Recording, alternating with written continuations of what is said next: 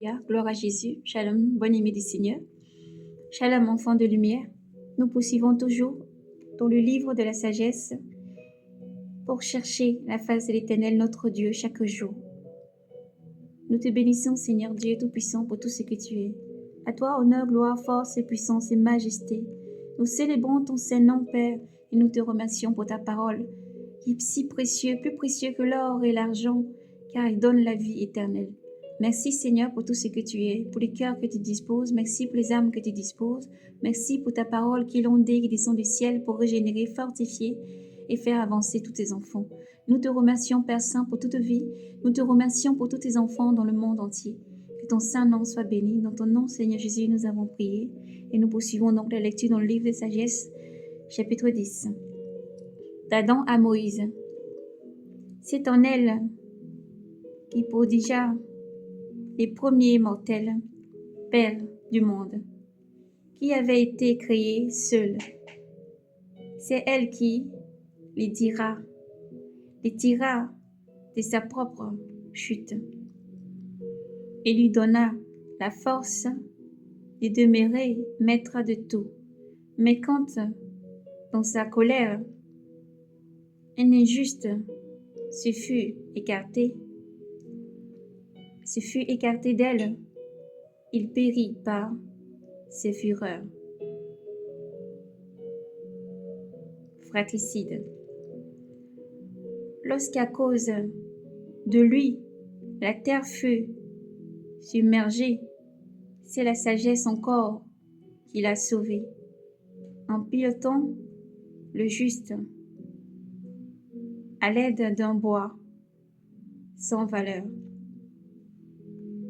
Et lorsque, unanimes en leur perversité, les nations eurent été confondues, c'est elle qui reconnut le juste, le conserva, sans reproche devant Dieu, et le gardant fort contre sa tendresse pour son enfant.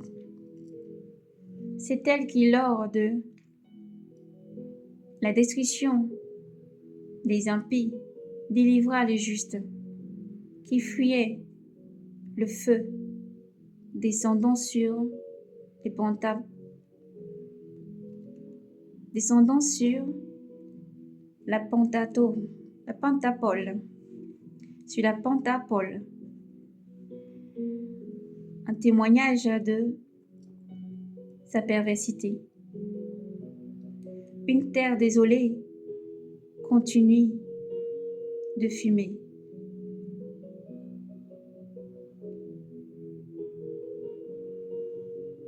Des arbustes y donnent des fruits qui ne mûrissent pas en leur temps. Et mémorial d'une âme incrédule se dresse une colonne de sel. Car pour s'être écartés du chemin de la sagesse, non seulement ils ont subi les dommages de leur pas, connaître le bien, mais ils ont encore laissé aux vivants le souvenir de leur folie, afin que leur faute même, ils ne puissent leur cacher. Mais la sagesse a délivré ses fidèles de leur peine. Ainsi le juste qui fuyait la colère de son frère, elle le guida par les droits sentiers. Elle lui montra le royaume de Dieu et lui donna la connaissance des choses saintes. Elle le fit réussir.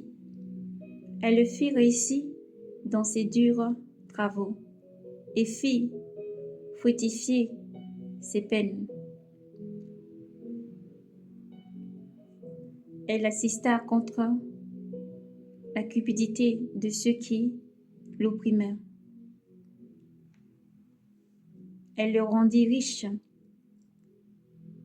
Elle le garda de ses ennemis et lui protégea de ceux qui lui dressèrent des embûches. Elle lui donna la palme en un rocheux, en un rude combat, pour qu'il sût que la piété est plus puissante que tout. C'est elle qu'il n'abandonna pas le juste, vendu, mais elle l'arracha au péché. Elle descendit avec lui dans la fosse. Elle ne le délaissa pas dans les fers, jusqu'à ce qu'elle lui eût apporté les sceptres royaux et l'honoré et l'autorité sur ceux qui les tyrannisaient, jusqu'à ce qu'elle eût convaincu de mensonge ceux qui l'avaient diffamé, et qu'elle lui eût donné une gloire éternelle.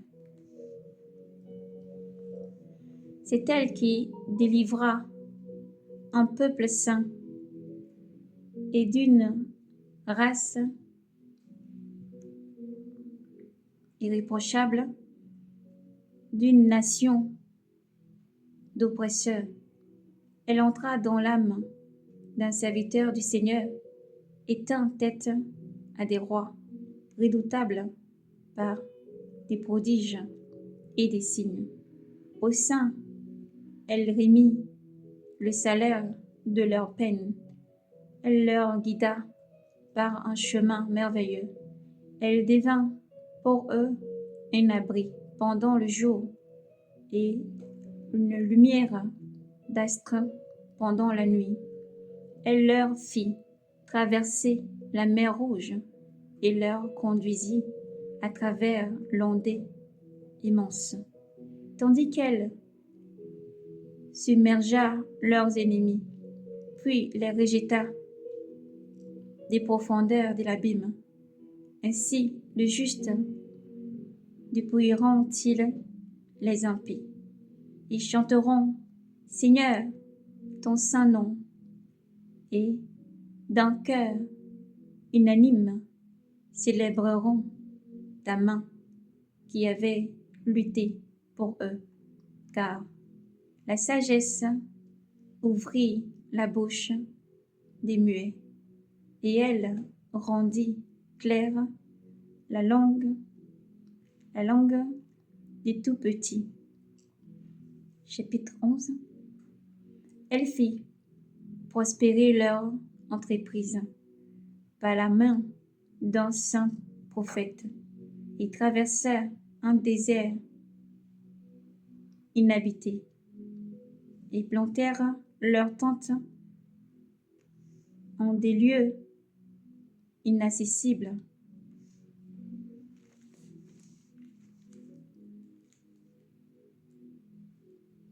Ils tinrent tête à leurs ennemis et repoussèrent leurs adversaires. Dans leur souffle, ils t'invoquèrent. De l'eau leur fut donnée d'un rocher escapé et d'une pierre dure, un remède à leur soif. Ainsi, c'est par quoi avait été jadis leur ennemi. Leur ennemi devint un bienfait pour eux dans leurs difficultés, tandis que les premiers navires que le cours intarissable d'un fleuve que troublait un sang mêlé de boue en punition d'un décret infatigable. infanticide. Tu donnas au tien contre tout espoir une eau abondante, montrant par la soif qu'alors ils ressentirent, comme tu avais châtié leur adversaire par leur épreuve, qui n'était pourtant qu'une correction et miséricorde. Il comprit comme un jugement de colère, torturer les impies, car eux tu les avais éprouvés, en père qui avertit. Mais ceux-là tu les avais punis, en roi inexorable qui condamne, et de loin comme de près, ils se consumèrent pareillement, car une double tristesse les saisit, et un gémissement au souvenir du passé, lorsqu'ils l'apprirent, en effet que ceux-là même qui les châtiaient était un bienfait pour les autres, et reconnurent le Seigneur.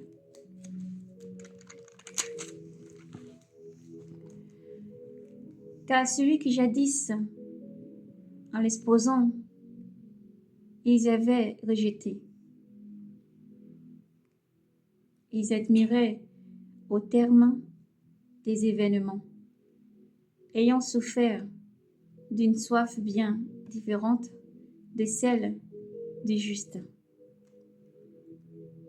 Pour les sordes et coupables pensées, qui les égaraient en leur faisant rendre un culte à des reptiles sans raison, et à des misérables bestioles, tu leur envoyas en punition une multitude d'animaux sans raison, afin qu'ils sachent qu'on est châtié par où l'on pêche. Ta main toute puissante, c'était net. C'était net par emparer, embarrassé.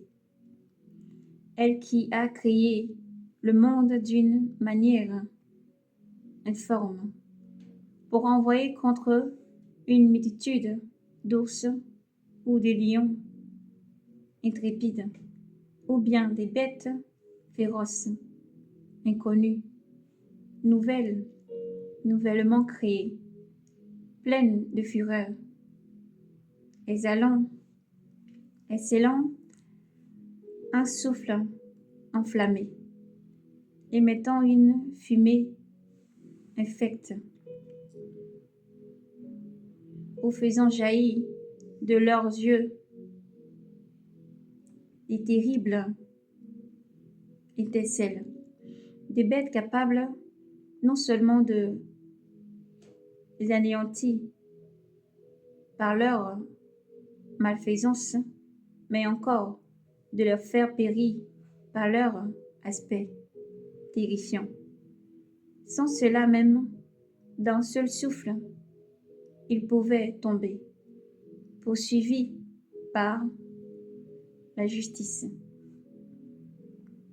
balayés par le souffle de ta puissance. Mais tu as tout réglé avec mesure, nombre et poids. Car ta grande puissance est toujours à ton service. Et qui peut résister à la force de ton bras? Le monde entier est devant toi comme un rien. Qui fait pencher la balance comme la guette et comme la goutte de rosée matinale, et comme la goutte de rosée matinale qui descend sur la terre.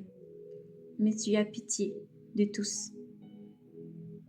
Tu as pitié de tout, parce que tu veux tout, parce que tu peux tout. Tu fermes les yeux sur les péchés des hommes, pour qu'ils se repentent. Tu aimes, en effet, tout ce qui existe, et tu n'as de dégoût pour rien de ce que tu as fait. Car si tu avais haï quelque chose, tu ne l'aurais pas formé. Et comment une chose aurait-elle subsisté si tu ne l'avais pas voulu?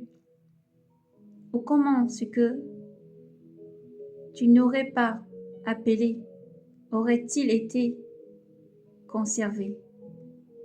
En réalité, tu épargnes tout, parce que tout est à toi, Maître,